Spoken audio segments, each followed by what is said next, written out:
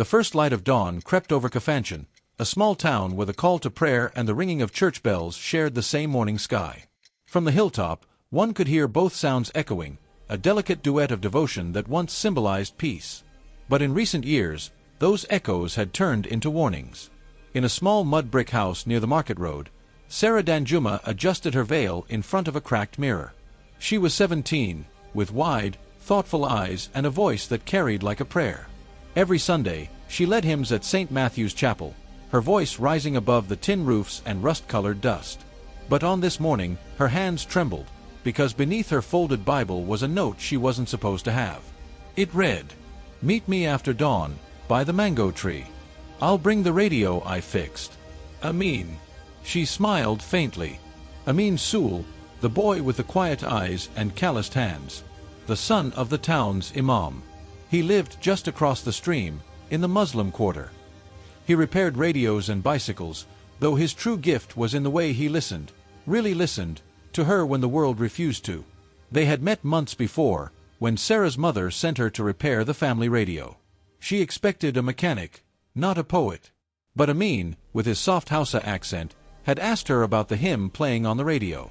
"It's beautiful," he said, "even if I don't understand the words."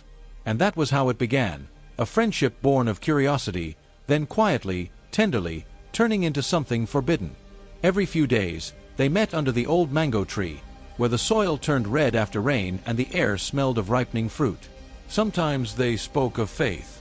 "My mother says your people don't believe in the same God," Sarah once whispered. Amin smiled.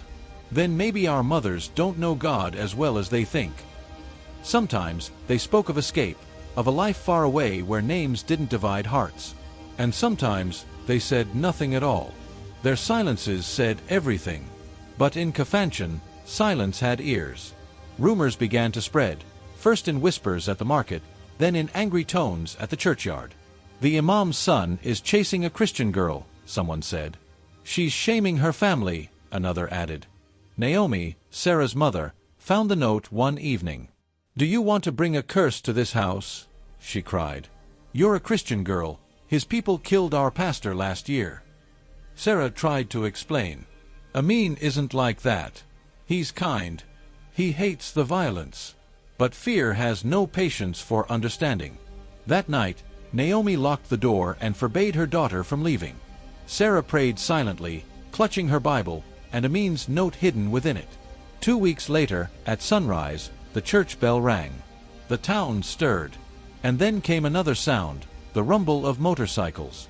By the time people realized what was happening, flames were already devouring St. Matthew's Chapel.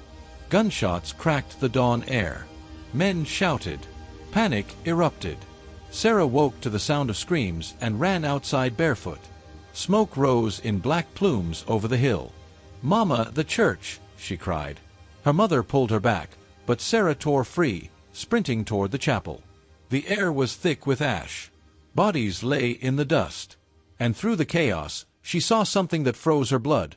One of the motorcycles had a rider who looked like Amin. He turned once, his eyes wide, not with cruelty but shock.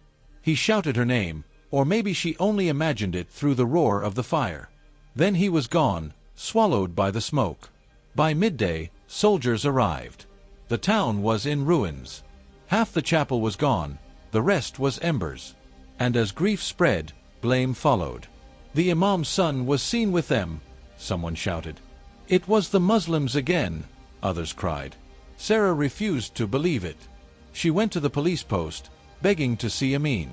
They told her he'd been arrested, accused of aiding the attackers by supplying them with fuel. When she saw him through the cell bars, he was bruised, his eyes hollow. "I didn't do it, Sarah," he whispered. "I was trying to stop them. My cousin, he joined them. They used my name." "I know," she said, tears streaming. "I know your heart." He smiled weakly. "Then that's enough." But it wasn't. Days later, Amin escaped custody, and the town erupted again. A mob formed, vowing revenge. The same people who once sang hymns now carried machetes and torches. Sarah fled to the edge of the river that divided the two communities, the same river where she and Amin used to sit and talk about dreams. She waited there all night, trembling, clutching her Bible. At dawn, he appeared, wounded and covered in ash. "They're looking for me," he said. "I have to leave." "Then I'm coming with you," she replied. He shook his head. "You can't. They'll kill you if you follow me." The sound of shouting grew closer. "Go," she cried. "I won't leave you," he said, and stepped between her and the oncoming mob. What happened next became part of Kafanchan's whispered history. Some said the mob killed them both. Others said Amin dragged Sarah into the river to escape. Only one thing was certain: neither was ever seen again. 10 years passed.